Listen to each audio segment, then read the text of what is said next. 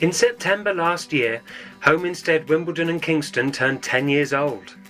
Due to the pandemic, we weren't able to celebrate in our usual way, because at Home Instead, we like to host a party.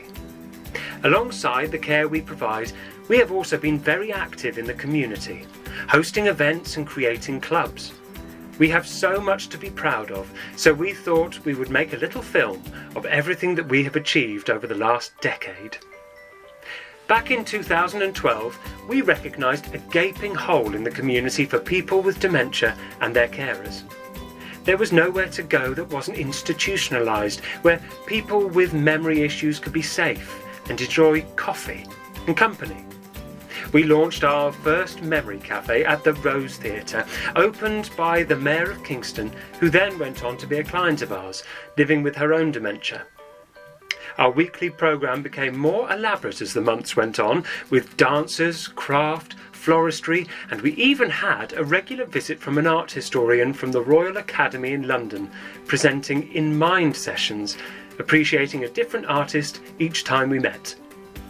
We had Kingston Museum bring us precious artefacts, a pop-up cinema date, more dancing and singing, and lots of camaraderie between carers, making friends with others in similar situations to themselves. We had the opportunity to save the Singing for the Brain group from closing, sponsoring the Alzheimer's Society's weekly group for 5 years before finally taking it over under licence, before COVID shut it down. Our memory cafes proved to be very successful, and at its peak we had a memory club in 5 different venues, one for every day of the week, hosted by the Wimbledon Library, Kingston Hospital and New Malden Methodist Church. We had the pleasure of setting up a coffee and culture morning at the All England Lawn Tennis Club for people who had an interest in art, poetry and culture, where keynote speakers from the club came to talk, as well as trips to Centre Court and a fascinating talk from the head gardener. Afternoon tea became a highlight of the month for many, with the chance to dress up at the elegant Warren House in Coombe. We were spoilt with way too many freshly baked scones, with cream and jam and delicious cakes, all washed down with cups and cups of tea. We have won awards, both individually and as a company, from Best New Business in the early days to a Civic Award from the Mayor of Kingston. We have also given out awards to our amazing staff, who have gone over and above to care for our clients. We were the first home care provider in London to be rated outstanding by the Care Quality Commission, and have gone on to receive 2 further outstanding ratings, making us the first in the country to get 3 in a row. This prompted the BBC and ITV News to come and film us, and we have appeared on the London News at 6 p.m. on both channels across the years. We also appeared in national newspapers, and even made it onto the front pages of the local Guardian and a community magazine.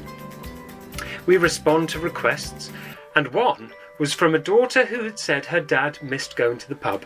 So we set up a gentleman's club, which involved dominoes and Jenga and chats, with the usual topic not being sport, but women, particularly their wives.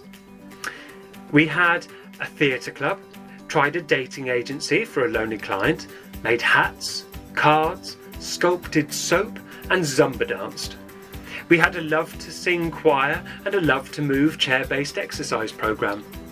We have sponsored local fetes, been invited to the House of Commons, spoken at dementia summits and trained members of the community in understanding dementia. We've had charity bake-offs, sponsored walks, celebrated how amazing our staff are with parties, celebrations and fun. We have had a lot of good times over the last 10 years and made a difference to many people's lives in the community.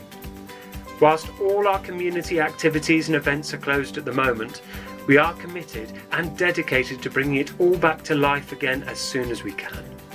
People need to feel part of something. They need dates in the diary to look forward to, and they need to feel connected and valued. We will continue to provide safe places for them to continue living, build relationships and live their life to the full for as long as possible. Watch this space. Home Instead community events will be back.